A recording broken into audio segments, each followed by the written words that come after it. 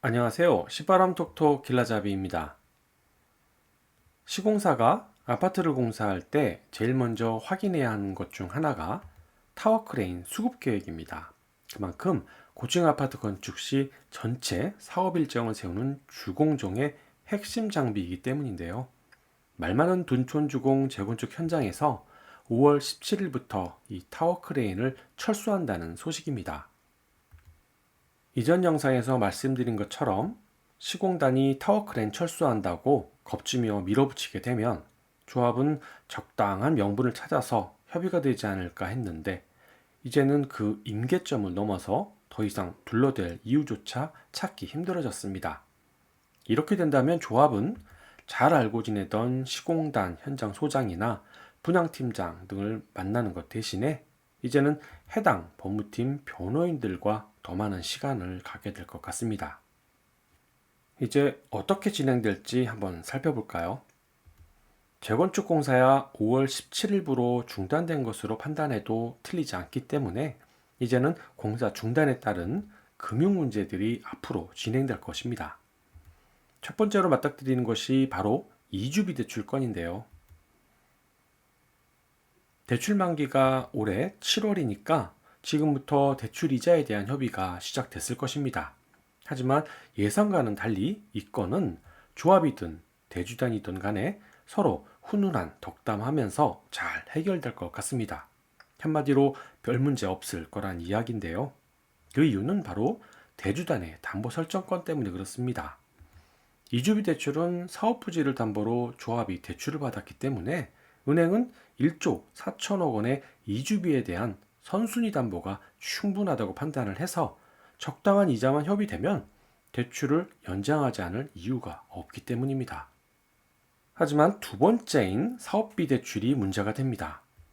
사업비 대출은 프로젝트 파이낸싱이라고 해서 재건축 사업성을 평가하고 미래의 분양 수익을 고려해서 미리 돈을 빌려주는 형태이다 보니까 누군가는 담보 대신 연대 보증을 해야 하는데 그게 바로 시공단인 것입니다. 그런데 상황이 어떻습니까? 조합이 3월에 제기한 공사도급 변경계약 무효 확인 소송을 하고 있고 또 특정 업체의 마감재 지정 입찰까지 요구한다는 이유로 공사까지 철수하겠다는 마당에 회사 신용도에 영향이 있는 7천억 원의 연대 보증을 이유 없이 계속해 주겠냐 이 말입니다. 따라서 올 8월이 되면 은행에서는 사업비 대출 연장 불가로 인해서 대출금을 회수하려고 할 것인데 설계비와 감리비도 지불하지 못한 조합이 무슨 돈이 있겠습니까? 그래도 방법은 하나 있죠. 사업비 대출에 시공단 대신 연대 보증할 다른 시공사를 세우면 될 일이지만 현대, 현산 등 대한민국 일군업체만 모아둔 시공단을 제껴두고 1조 7천억 원의 공사비를 감당할 시공사를 찾는다는 것은 사실상 불가능할 것 같습니다. 이렇게 대출 연장이 불가능하다면 결국 은행 대주단은 채권 회수를 위해서 경매를 진행하게 됩니다. 물론 연대보증사에게 대출 상환을 직접 요구할 경우 시공사업단은 이것을 대위 변제하고 그 채권으로 직접 경매를 진행시킬 수도 있겠지만 길라잡이 생각으로는 시공단은 그리하지는 않을 것 같습니다. 왜냐하면 6천여 명의 조합원과 그 피해 금액에 대한 사회적 비난을 어떻게 감수하려고 하겠습니까? 따라서 그렇게까지 무리수는 두지 않을 것이라고 생각합니다. 대신 시공사업단은 자신들이 원하는 형태로 대주단이 경매를 직접 진행하고 시공단은 유치권을 유지하면서 수차례 유찰되는 상황만 지켜볼 것 같습니다. 그러다가 시간이 흘러서 사업이 회복 불가능한 상태가 됐다고 판단이 되면 악성 사업장을 사회적으로 정리한다는 명목으로 마지못해 경매에 참여하는 척 피해자 코스프레를 떨다가 효과로 낙찰받아 사업을 마무리하지 않겠나 싶습니다. 결과만 정리해보면 시공단은 저가로 사업 부지를 낙찰받아서 시세 차인 만큼 이익을 챙겼고 또 지금까지 공사한 공사비에 대해서도 사업 이익을 챙길 것이고 또 정부의 공급 확대를 목적으로 하는 용적률 최대 500% 상향 정책에 힘입어서 일반 분양에 대해서 막대한 이익을 다시 챙길 수 있으니 길라잡이 개인적인 입장에서 볼 때는 올해 시공단은 하늘이 돕지 않았나 생각합니다. 그런데 조합은 어떨까요? 그 좋던 사업 부지가 수차례 유찰로 인해서 낙찰 대금이 쪼그라들게 되고 또 장기적인 소송과 공사 지연만큼 증가한 대출이자 역시 감당해야 하지만 이보다 가장 큰 손해는 바로 경매 후에 사업 청산으로 인해 조합원 분양권이 없어지면서 결국 현금 청산된다는 점입니다. 길라잡이는 혹시라도 도움을 줄 방법이 있을까 해서 조합이 말하는 소리에 자주 귀를 기울이고 있습니다. 사실 재건축을 공부한 사람이라면 이 정도 예상은 모두 할 수 있을 것이고 설마하니 자신의 모든 것을 걸고 있는 조합이 이 정도 시나리오도 예측하지 못했을까 싶은데 아무래도 예상이 크게 벗어나지 않을 것 같다 걱정입니다. 바로 이런 기사 때문인데요. 조합 관계자가 한 말이라고 합니다. 사업비 대출 연장은 큰 문제가 없으면 되는 것이고 시공사업단의 의지로 사업비 대출 연장을 하지 않았기 때문에 사업이 멈추는 것이라고 볼 수밖에 없다라고 이야기하면서 이런 이유로 사업비 대출이 안 되는 것은 사업단의 책임이다라고 말하고 있습니다. 한마디로 경매의 원인이면서 시발점인 대출 연장의 문제를 시공단의 의지로 만들었으니 이 또한 시공단이 다 책임져라 라는 것인데요. 제 생각엔 아직도 조합은 보고 싶은 것만 보면서 자신들의 생각을 정당화하는 건 아닌가 싶습니다. 그런데 혹시 조합이 분양가 상한제 폐지를 기다리는 것은 아닌가 생각도 해보았는데요.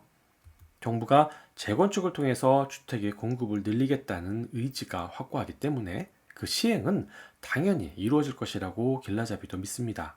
하지만 제가 전에도 말씀드렸듯이 그 시행 시기가 문제라고 했죠. 분양가 상한제 폐지는 조합원의 입장에서 너무나도 기다려지는 소식이겠지만 주택 청약을 기다리는 무주택자에게는 청천벽력과 같은 소리일 수밖에 없습니다. 왜냐하면 무주택자에게는 분양가 10억이든 12억이든 시세보다 한참 적은 금액으로 분양을 받으려고 지금껏 로또 청약 통장 아껴가며 기다리고 있었는데 갑자기 시세를 반영한 20억짜리 분양 가격으로 전환한다고 하면 누가 그걸 좋아하겠습니까? 더군다나 이게 둔촌주공만 해당되는 것이 아니고 전국으로 시행되는 것이라서 여당은 이번 지방선거에서 무주택자의 표를 의식하지 않을 수 없기 때문에 분양가 상한제 완화라는 것은 아무래도 선거 후 재건축 시장의 상황을 봐가면서 조심스럽게 시행할 것으로 보입니다.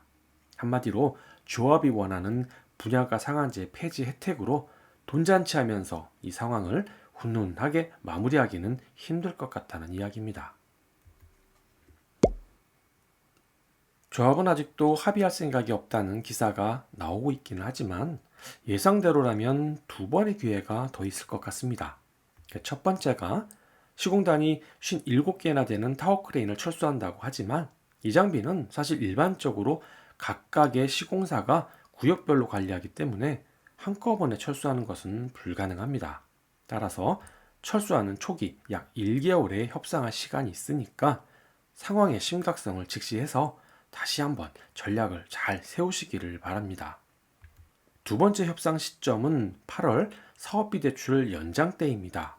지금까지는 조합 시공단 모두 자신들의 이익과 명분을 찾기 위해서 서로 힘겨루기 하는 모습을 보여왔지만 8월 만기 대출 연장이 실패할 경우 그동안 입으로만 하던 겁박이 소송과 경매로 진행되면서 더 이상 돌아올 수 없는 길을 가게 될 것이기 때문입니다. 확실하게 승산 있는 소송도 그것이 장기화되게 되면 경제적인 문제와 체계적인 지원이 뒷받침되지 못할 경우에는 지금의 강한 의지와 명분은 점차 퇴색되고 결국 피해자로만 남게 되는 것 같습니다. 시공단은 이미 행동하고 있습니다. 이제는 조합의 선택에 달려 있습니다. 하루빨리 좋은 결과 있기를 바랍니다. 시청해주셔서 감사합니다.